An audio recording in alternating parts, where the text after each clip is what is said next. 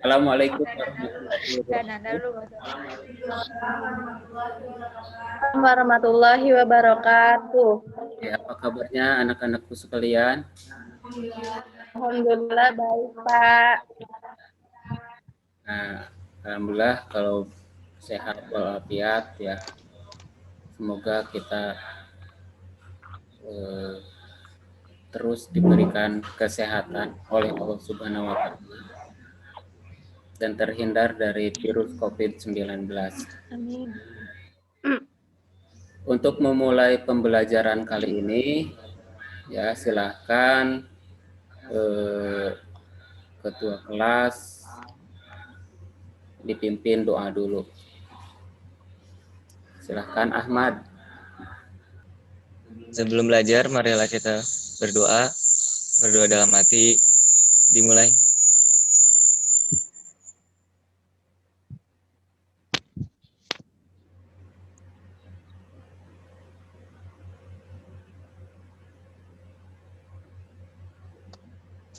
Berdoa selesai, ucapkan salam. Assalamualaikum warahmatullahi wabarakatuh.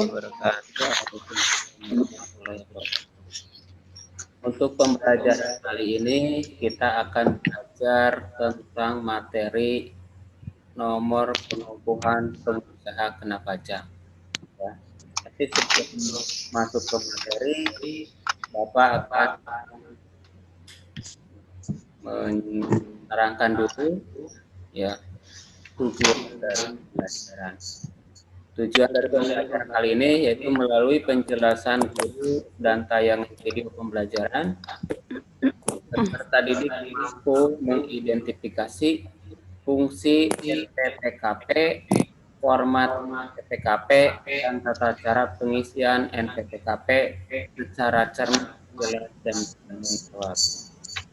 Jadi dari tujuan sudah jelas supaya materi itu dapat diserap sama kalian ya. Dan kalian mengetahui apa itu NPPKP, fungsinya, sampai cara pengisiannya bagaimana ya. Oke. Sebelum materi itu kita sudah belajar dulu tentang NPWP. NPWP itu ya nomor pokok wajib pajak. Jadi setiap pajak ya Bapak akan menerangkan tentang nomor kena pajak. File ini ya Bapak kirim ke Google Classroom. Ya silakan nanti kalian habis penjelasan untuk memantapkan pembelajaran kalian bisa kalian buka Google Classroom lagi ya. Nanti di grup WhatsApp. Nomor pengusaha kena pajak atau disebut dengan NPPKP itu pengertiannya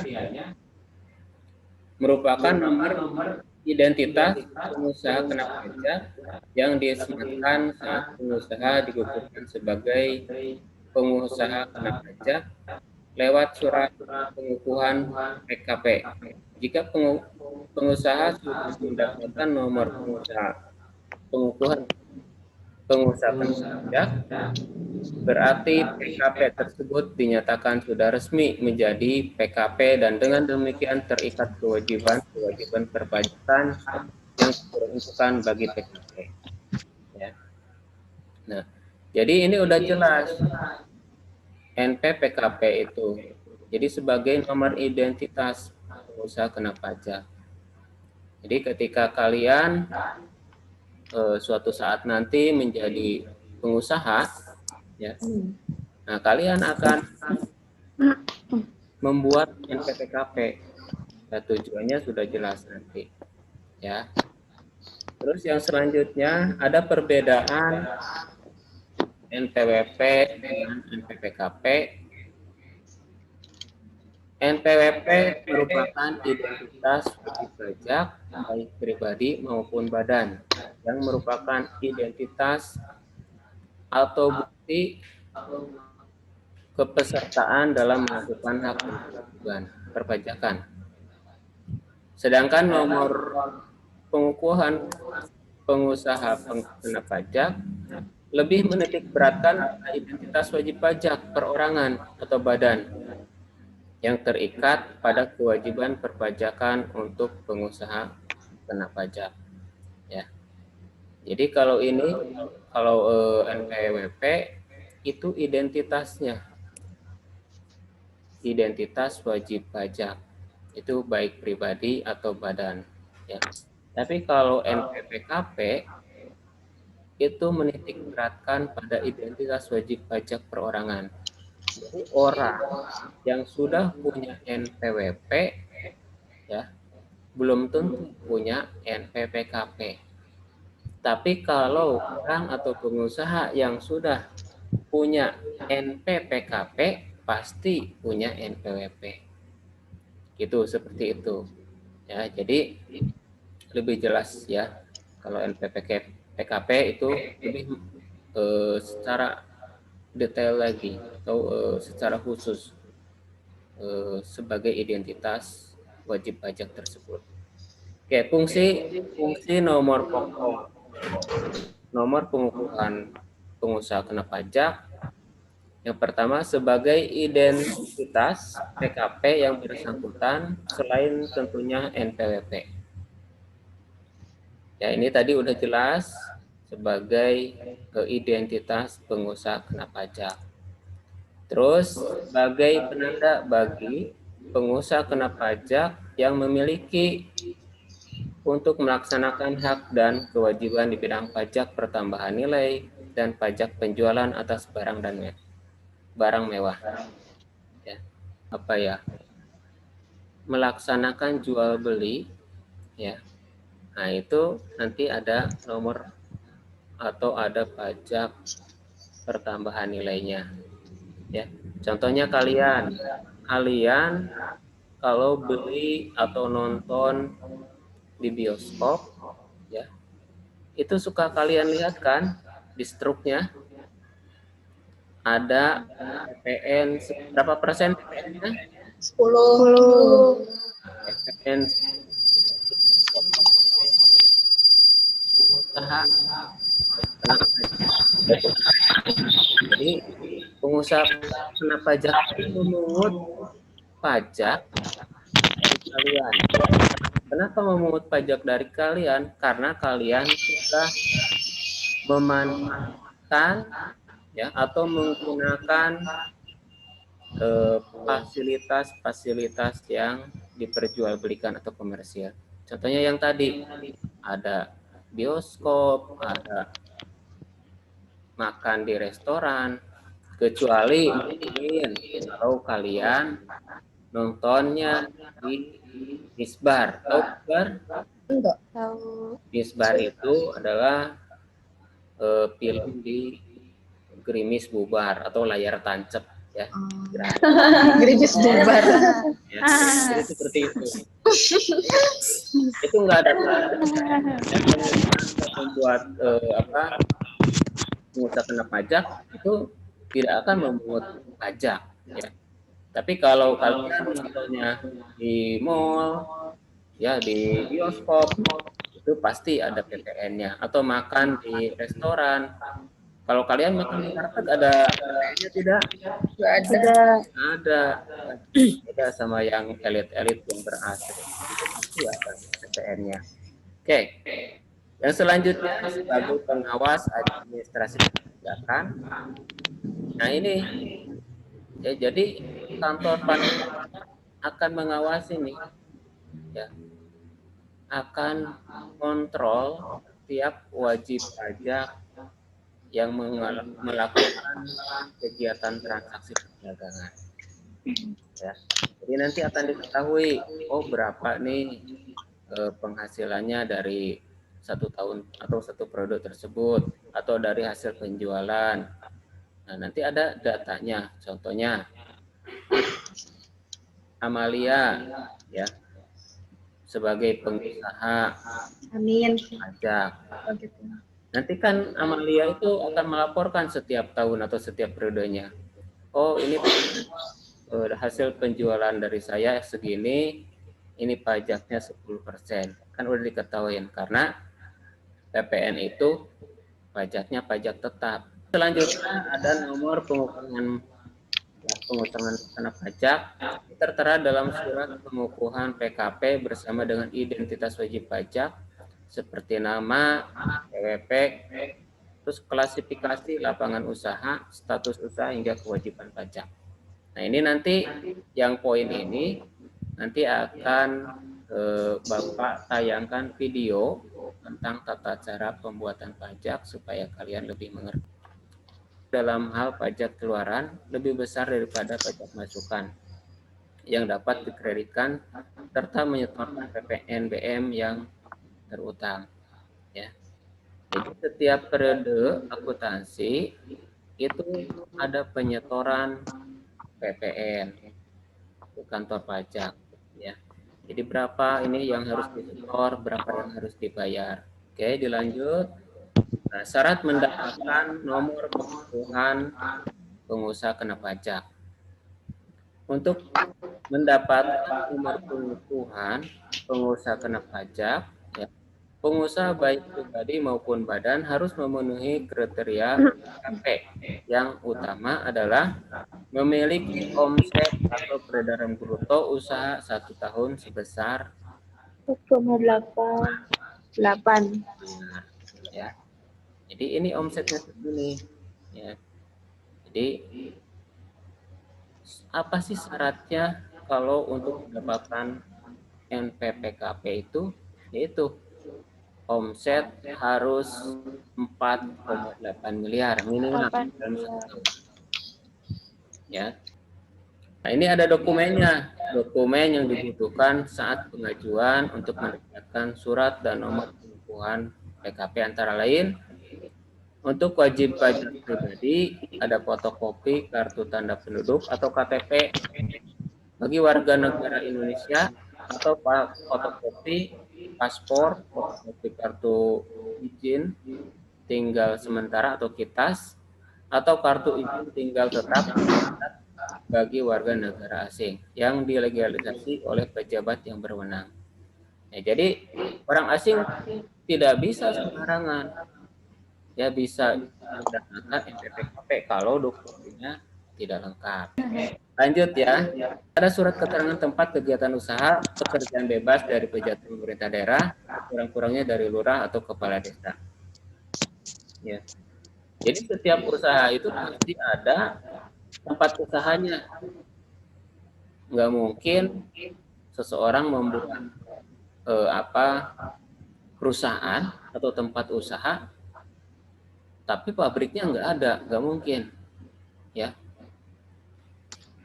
Jadi setiap ada penjualan barang atau pemrosesan barang atau pembuatan produk baik jasa atau manufaktur itu pasti ada tempat usahanya atau tempat kegiatan usahanya. Nah, nanti dibuat surat keterangannya dari kepala desa atau lurah ya bahwa menerangkan tempat tersebut adalah tempat usaha Ibu Ananda contohnya ya. Nah, jadi seperti itu. Oke. Selanjutnya untuk wajib pajak badan ada fotokopi akta pendirian, dokumen pendirian dan perubahan bagi wajib pajak dalam negeri atau surat keterangan menunjukkan dari kantor pusat bagi bentuk usaha tetap yang dilegalisasi oleh pejabat yang berwenang. Nah, ini ada fotokopi tetap. Setiap perusahaan itu harus ada akte pendiriannya, ya. Jangankan perusahaan, kalian lahir itu udah punya akte kelahiran belum? Udah. Ditulisnya cuma di daun lagi kaliannya. Nah, itu diurus ya, akte pendirian perusahaan. Jadi kenapa harus dibuatkan akte supaya jelas ya, ada identitasnya, kapan berdirinya, apa aja yang jadi usahanya, ya tempatnya di mana, itu kan jelas. Oke. Selanjutnya untuk wajib pajak badan berbentuk kerja sama operasional. ada fotokopi perjanjian kerjasama, terus ada akte pendirian sebagai bentuk kerjasama, terus yang dilegalisasi oleh pejabat yang berwenang. Nah, ini administrasinya seperti ini. Jadi ada perjanjian kerjasama. Kenapa perjanjian kerjasama atau akte pendirian itu harus disimpan? Karena sebagai dokumen inti ketika perusahaan itu akan mengajukan nomor pengukuhan pengusaha pajak. Dan Bapak akan menanyakan tentang video tata cara pembuatan NPWP. Oke. Untuk yang nanya nanti aja ya, nanti sekalian nanya supaya jelas semua. Baik, Pak. Oke, kita akan lanjut ke yang tata cara pembuatan NPWP ya. Silahkan kalian simak video tersebut dan nanti kalian akan berlatih sendiri di rumah dan filenya bisa kalian download di Google Classroom yang sudah saya share ya di WhatsApp. Baik, Pak.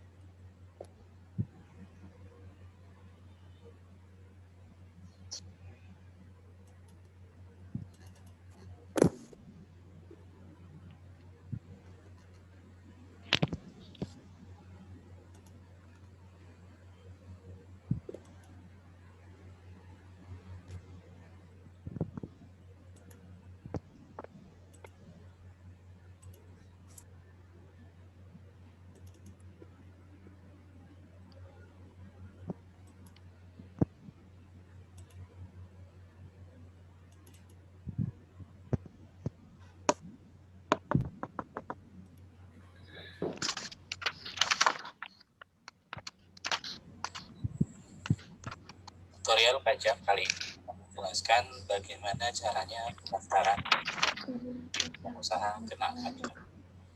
Langkah pertama yang kita lakukan adalah menyiapkan dokumen yang disyaratkan. Dokumen yang disyaratkan untuk wajib pajak orang pribadi yang pertama adalah fotokopi KTP.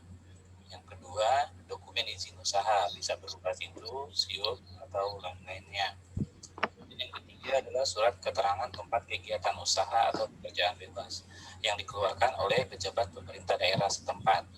Minimal surat keterangan tempat kegiatan usaha dari kepala desa. Dan yang kedua, dokumen untuk perusahaan, pendaftaran PKP untuk perusahaan. Yang pertama adalah fotokopi akta pendirian perusahaan. Kemudian yang kedua, fotokopi KTP dan NPWP salah satu pengurus yang namanya tercantum dalam akta pendirian. Kemudian yang ketiga, itu dokumen izin usaha, ya bisa berupa SITU, SIUP, dan lain-lainnya. Kemudian yang keempat, surat keterangan tempat kegiatan usaha. Seperti sebelumnya, yaitu minimal dikeluarkan oleh kepala desa.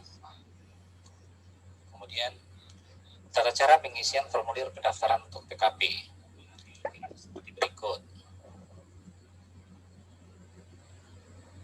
Nah, beginilah penampakan dari formulir pengukuhan pengusaha kena pajak. Jadi formulir pendaftarannya bentuknya seperti ini. Nah, dalam contoh berikut adalah yang dicontohkan adalah untuk pendaftaran PKP untuk perusahaan, yang nanti dijelaskan juga bagaimana untuk orang pribadi. Jadi kita bisa mulai dari sini, jenis pengukuhannya kita pilih berdasarkan silang pada permohonan wajib pajak, kemudian kategorinya masuk dalam kategori yang mana, dalam hal ini karena pendaftarannya perusahaan, maka kita isi pilih yang nomor 1 di tanda silang sini, kemudian statusnya pusat, jadi bukan perusahaan, sifatnya tetap. Nah, kalau orang pribadi kita pilih yang di angka nomor 2 Nah, NPWP perusahaannya diisi di sini, NPWP perusahaannya, kemudian masuk ke bagian identitas wajib pajaknya. Di perusahaan ini namanya CV maju mundur, jadi kita isi di sini maju mundur. Kemudian kalau orang pribadi nanti gelar depan sama gelar belakangnya diisi juga. Jenis kegiatan, jadi perusahaan maju mundur ini bergerak di bidang jasa konstruksi, diisi di sini. Kalau ini nggak perlu diisi karena diisi oleh petugas pajak. Nah, merek dagang dan usaha diisi merek dagang dan usaha. Kemudian bagian 4, ini alamat tempat kegiatan usahanya. Jadi tempat kegiatan usaha itu berada di mana? Jadi alamatnya diisi di sini, termasuk nomor telepon, nomor handphone, dan email jika ada. Nah, kemudian masuk ke nomor 5, status kepemilikan tempat kegiatan usaha. Nah, opsinya ada di sini, jadi tinggal pilih apakah milik pribadi atau perusahaan, atau tempat kegiatan usahanya nyewa, kontrak, atau lainnya. Nanti disebutkan di sini kalau lainnya. Identitas pimpinan penanggung jawab. Nah, identitas pimpinan penanggung jawabnya ini diisi kalau khusus untuk pendaftaran yang perusahaan, pendaftaran yang orang pribadi. Untuk PKP orang pribadi tidak perlu diisi bagian yang ini. Ini namanya di sini Roni, jabatannya sebagai direktur di perusahaan CV Maju Mundur tersebut. Kemudian kebangsaan Indonesia, nomor KTP-nya ini, NPWP, kemudian alamatnya, alamat domisili, penanggung jawabnya itu, nomor teleponnya diisi di sini dan alamat emailnya di sini. Terakhir kita baca pernyataannya, kemudian tempat dan tanggal kita isi, kasih nama direkturnya tadi si Roni, kemudian di tempat tangan sama cap perusahaan kalau perusahaan, seperti itu. Nah, selanjutnya jangan lupa setelah formulir diisi, dokumen persyaratannya dilengkapi, yang akan nanti kita lampirkan di formulir pendaftaran itu. Ini. Nah, setelah formulir diisi, kemudian kelengkapan yang sudah ada, sekarang adalah bagaimana caranya kita menyampaikan dokumen tersebut.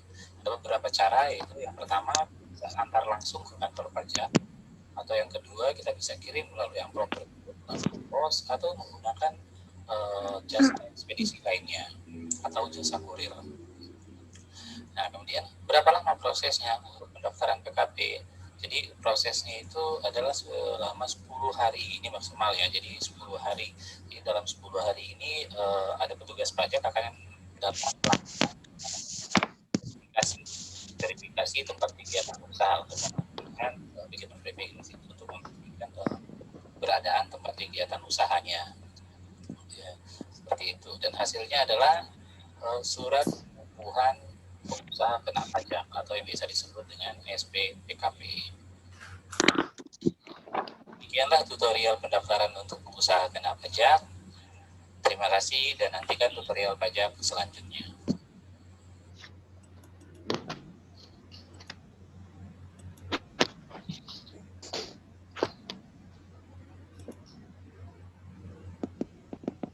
Ya, itu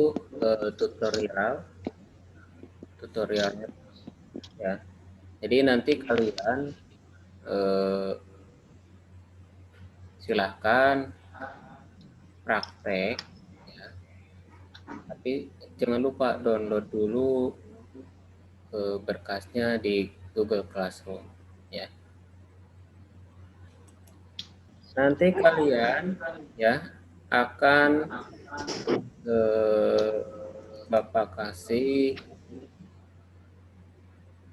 latihan untuk dikerjakan di rumah ya.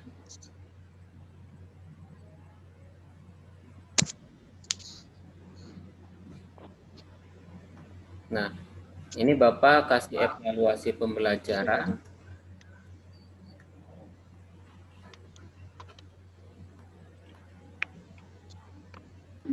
Nah, ini bentuknya seperti ini. Ya, ada penugasan dari kasus. Ya. Tapi tenang, pengumpulannya itu 1 minggu dari sekarang. Ya, jadi kalian nanti bisa belajar mandiri di rumah atau kelompok dari kegiatan pembelajaran pada saat ini. Nah, ini soalnya seperti ini ya.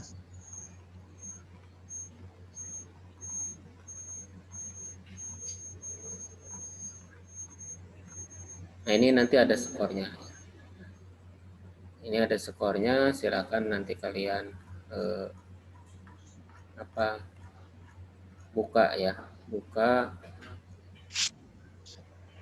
Google Classroom-nya supaya kalian bisa belajar mandiri. Terus ini ada LKPPD.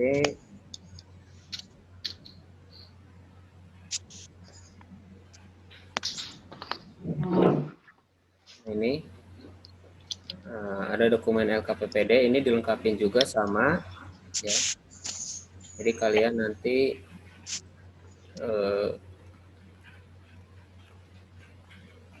lengkapin itu sebagai penilaian buat kalian dalam pembelajaran administrasi perpajakan. Oke.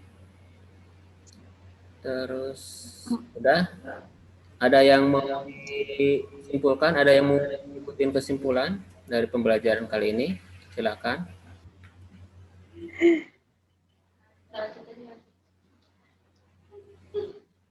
Bapak, saya tadi belum bertanya. Saya mau nanya baru sekarang itu Pak, boleh nggak saya bertanya? Oh boleh. Oh boleh, enggak. Kan kita tadi lagi kayak bahas surat itu ya Pak, pengukuhan pengusaha kena pajak.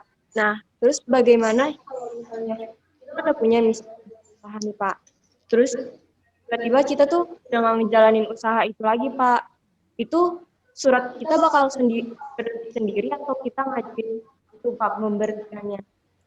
Oh iya, bagus Mel pertanyaannya. Jadi kalau seandainya email ya punya usaha dan sudah punya NPWP PKP, terus suatu saat ada kejadian yang tidak diharapkan, ya, jadi omsetnya berturun dan lain sebagainya.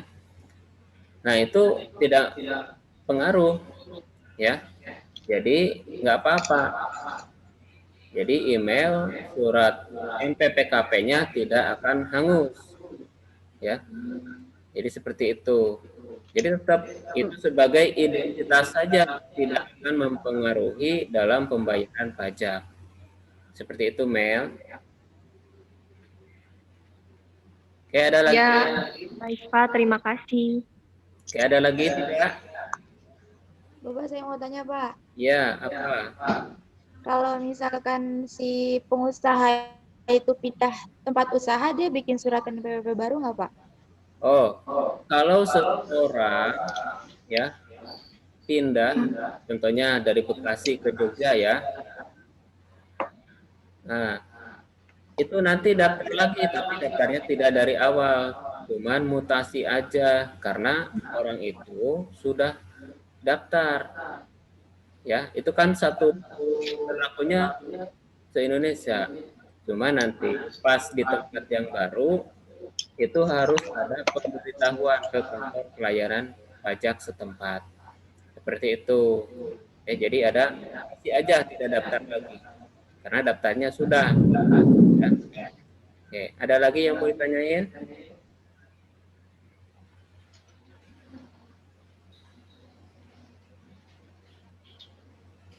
Oke, kalau tidak pertanyain, ya, silahkan kalian tulis refleksi dulu dari pembelajaran kali ini. Kira-kira apa sih yang dipelajari? Sok, silahkan tulis dulu ya.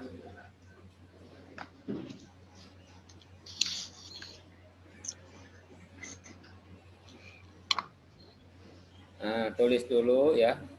Dari pembelajaran kali ini itu apa aja refleksinya.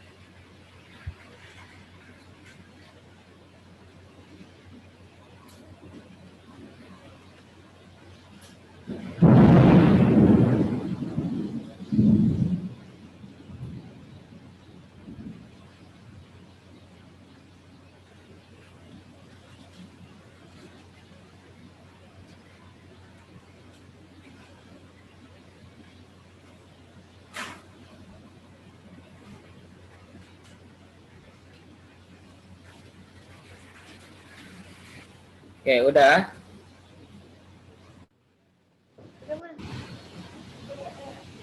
Oh ya, mati ini tiba-tiba ya.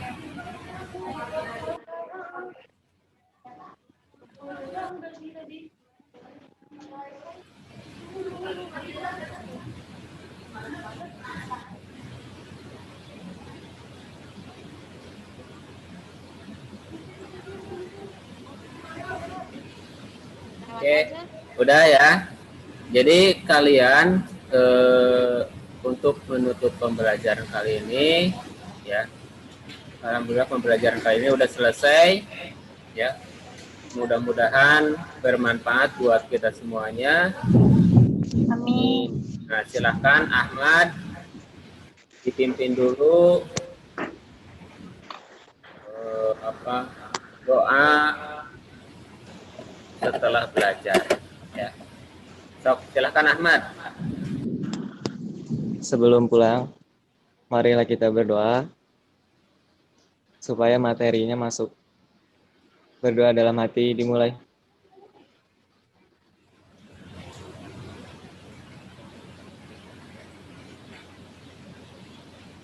Berdoa selesai. Ucapkan salam. Assalamualaikum warahmatullahi wabarakatuh. Waalaikumsalam warahmatullahi wabarakatuh.